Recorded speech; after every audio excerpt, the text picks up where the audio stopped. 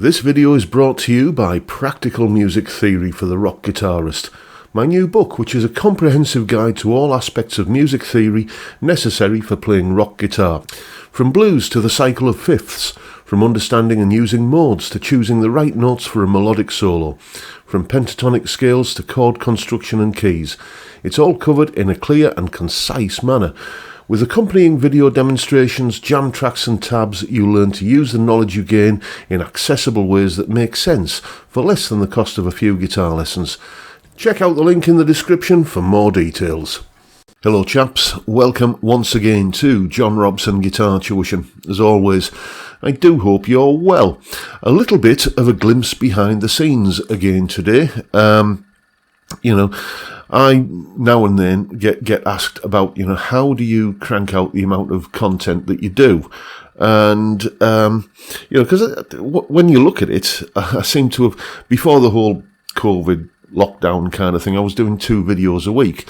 And now I do a Monday solo analysis video, top 5 Tuesday on a Tuesday, viewers' questions on Wednesday, Thursday, like this video I'm doing today is for Thursday, that's when it'll go out.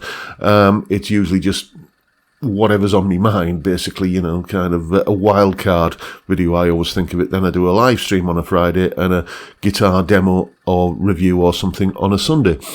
So looked at it like that, it's, when I'm saying it out loud, it feels, gosh, that's a lot, isn't it? And the secret to doing it really is having templates and formulas and, just standard ways of doing things that you kind of you've got a rhythm to doing them, and you can slot them together pretty quickly. So I thought what I'd do today is show you how I put together the Sunday guitar demo review kind of tunes that I put together. What I need to do in these demos is to cover a breadth of tones that the guitar is capable of. You see some guitar channels doing a demo of a guitar, and it's like a guitar solo. They'll play, whoever it is will play a guitar solo over a jam track, and that's it. So you're hearing usually what the bridge pickup will sound like in a high gain, saturated, overdriven sound, and you're not really hearing much of anything else that the guitar is capable of. So I like to, as I say, to cover a little bit more of a breadth of what the guitar is capable of, and this is how I do it. Here is the explanation. Okay, so in the name of consistency, I like to kind of basically make all of my guitar demo pieces, those little tunes that are usually somewhere near the beginning of whatever guitar review I'm doing. I like to be consistent with them so that if you're hearing a demo piece that I'm doing for maybe when I did it for this guitar, you're hearing that guitar performing under the same sort of conditions as you heard for this guitar, for example. So to that end, I have like a MIDI file that I use, the same MIDI file that I use for the drum parts on all of my guitar demos, and it's broken down into different sections which allow me to demonstrate the different tones that the guitar is capable of. And for me, there are 4 main elements that I want to explore when I'm doing a guitar review. Crunchy, kind of power chord, riffy, AC/DC, classic rock kind of tones. Clean, strummy tones. Clean or edge of breakup lead tones, and more saturated high gain tones. So those 4 elements there are what I try and build into the guitar demos. So I'll usually start off with a riff, 8 bars long. I'm going to have a little bit of a look at how I would put a riff together in a moment. But you hear that kind of on its own. Well, it's double tracked because I always double track these riffy parts. Just sounds good. But you'll hear that, just the guitar on its own, and then the band will come in, bass and drums behind it. And then the next thing that we're going to be moving on to is like some clean strummy chords. So I like to put like a little 2-bar break in there just to segue into that. And all of that sort of goes together to sound possibly a bit like this.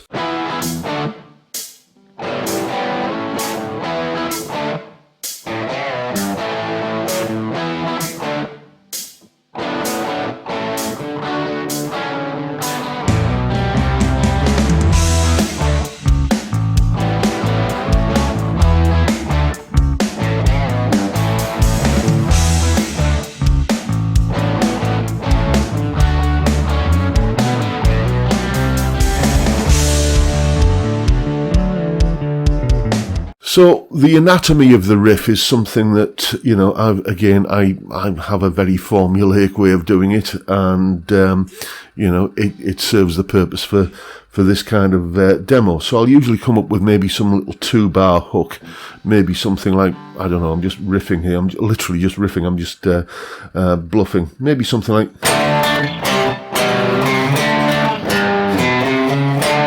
something like that, or maybe...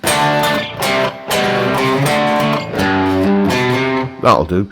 There, so that's like a 2-bar little hook, and then I'll do some kind of response to that. Yeah, so we've got...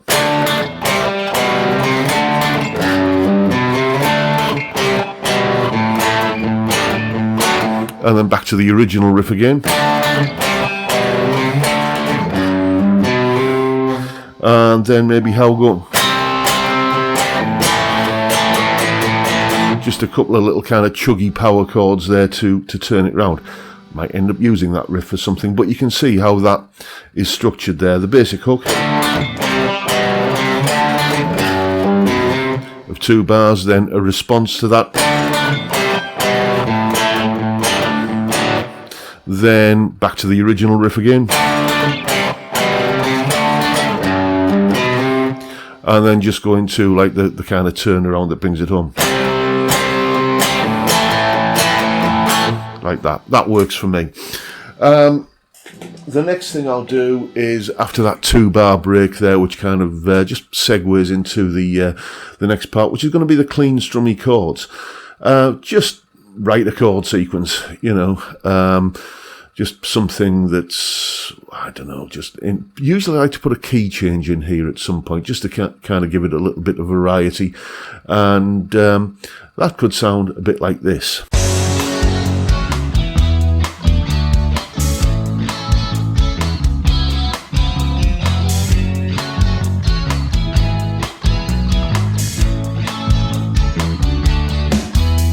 So there's your 8 bars of clean chords, and then I'll repeat that again, maybe just step up the dynamics on the drums a little bit, and that's when we have the more kind of cleanish lead guitar part coming in there as a clean or edge of breakup, and that can sound like this.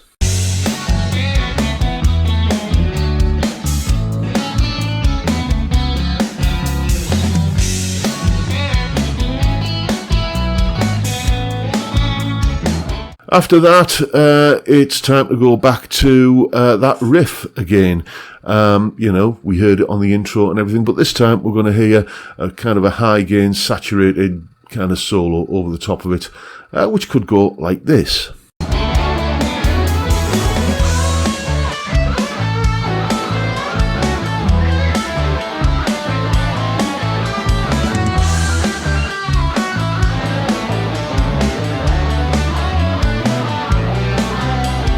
After that, it's time to go back to the clean strummy chords again with the cleanish or edge of breakup lead over the top of that again, just coming up with like a variation on whatever melody I improvised the first time around.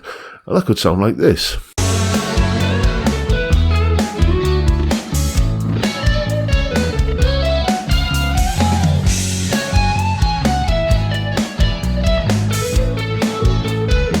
Then it's back to stomping on the loud pedal again to do 16 bars or 2 8-bar sections of, kind of high gain lead once again over that crunchy power chordy riffy kind of bit. So that gives me the big outro solo. That could sound a bit like this.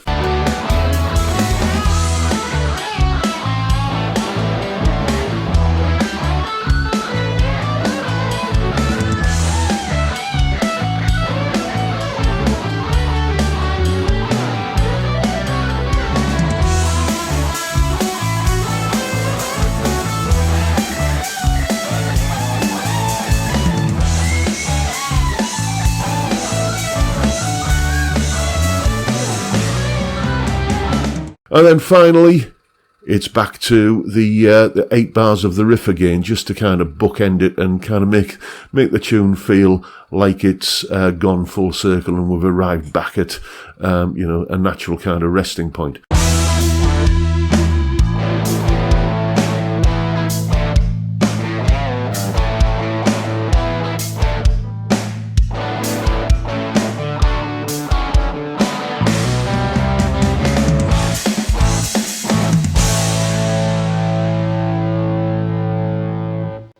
So when I'm writing these tunes, what I need to do is I need to do a riff, and you saw how I did that earlier, come up with some kind of chord sequence. Well, that's, chord sequences are around us all the time, just that one that was in this tune basically was me trying to do something a little bit nofflery to kind of complement the stratty kind of tones that PRS can do. So it was, I started off by taking the bones of, I think, Sultans of Swing, and then kind of putting it into a different key and kind of just shuffling things around a bit until I came up with a chord sequence that I was happy with. So it's just the riff and that chord sequence that make up the verse sections, the clean strummy parts, that, I can take maybe 10 minutes to do the riff, 10 minutes or thereabouts to knock the chord sequence together, and I've got the bones of a tune. And on a good day with a following wind, I can have the entire demo piece wrapped up in a couple of hours. And there you have it, folks. That is how I put together the demo tunes that I do. It's formulaic, and it's kind of using the same template each time. And as I say, I do that in the name of consistency. If I was writing music for an album, if I was like writing a collection of tunes for an album, I wouldn't do this. I'd be kind of a little bit more free, and I'd take a little bit more time to come up with a bit more variety. But, these aren't really meant to be standalone pieces of music. They're just literally there as kind of a road test to show off what a particular guitar sounds like under most of the different conditions that many people will use the kind of that instrument under. So there you go, folks. That is the little glimpse behind the scenes for today. I hope you found it interesting and entertaining in some small way. And if that's the case, please hit the subscribe button and the notification bell in case you haven't already done so. Why not drop me a like as well while you're at it? Don't forget the live stream every Friday, 5 PM UK time. We drink beer and talk about stuff, mainly music and guitars, but the conversation can and often does go absolutely anywhere. It's a great way to kick off the weekend, and I'd love to see you there if you can make it. So that's it for today. What I've got to go and do now is come up with a riff and a chord sequence and start putting together the video that's going to be going out on Sunday. If you want to know what that's going to be all about, well, you'll just have to tune in then.